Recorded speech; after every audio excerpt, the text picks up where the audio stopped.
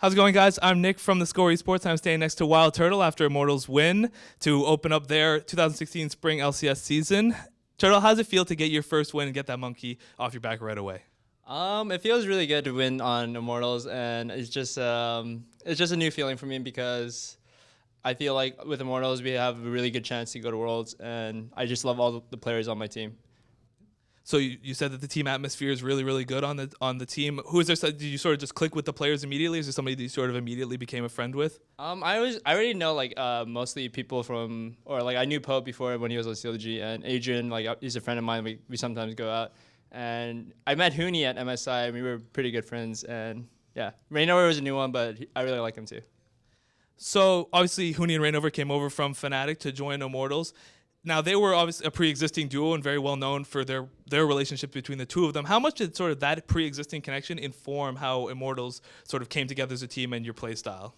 It was actually really easy for us to click in scrims. Like, we kind of clicked instantly because Hooney and Rainover had one view to play the game, and like the existing players, Pope Belter, he was on CLG who won the summer split, which is a pretty good addition to. And I'm pretty good on the 2v1 stuff, so I think our team just clicked like instantly when we basically played. Sure.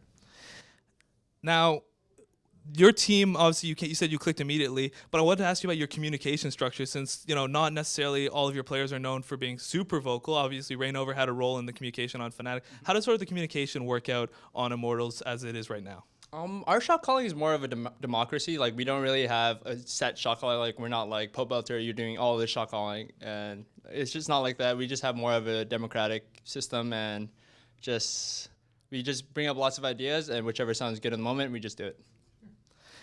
Now, this split has been hyped up a lot, especially in North America, for the amount of talent that's come in. Your team, obviously, being one of the significant ones. But also, for example, Energy picked up GBM, and Yellow Star and Sven came to TSM. Lots of talent coming into NA. How do you think that's going to affect the competitiveness of the region moving forward, and how excited are you to face some of those players?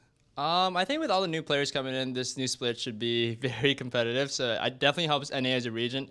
Honestly, thought we weren't that bad last season, but we ended up getting smashed in groups.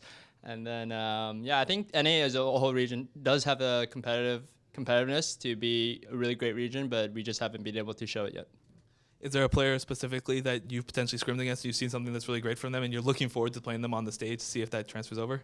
Honestly, we haven't scrimmed TSM yet, but I'm really excited to play TSM, and I just want to play TSM, I guess. For you, do you feel like there's a little bit of something to prove against TSM? Not really. It's just I just want to see how their new rosters. Like, they have great players like Double F as an old rival of mine, and Yellow Star. They just have a really talented pool right now, and I just want to see how they play. Now, looking forward to the rest of the split, during the offseason, there's a lot of changes. What is something that you guys have identified during the offseason and potentially in this first game, now having gotten the Kings out during the first game, as something that you really want to focus on improving throughout the split that you think will help you take you guys not from being like potentially a very good team to potentially a great team? It's gonna come down to like precision. Like, we're gonna have to do a lot of tweaking on 2v1 laning phase. Like, there's just gonna be a lot of minor things we have to fix in order to be the best team. Now, as an AD carry, I just wanted to quickly ask you about the new one that they're releasing, Jin. What do you think about that champion? He's got a lot of interesting elements to his kit. I actually seen a little bit of him, and his ult seems like Xerath. I don't know how good it'll be. He looks more of a mid laner to me, but maybe he's better as an AD carry. We'll just have to see. All right. Well, Wildturtle, thanks so much for taking the time to talk to us, and best of luck for the rest of the week.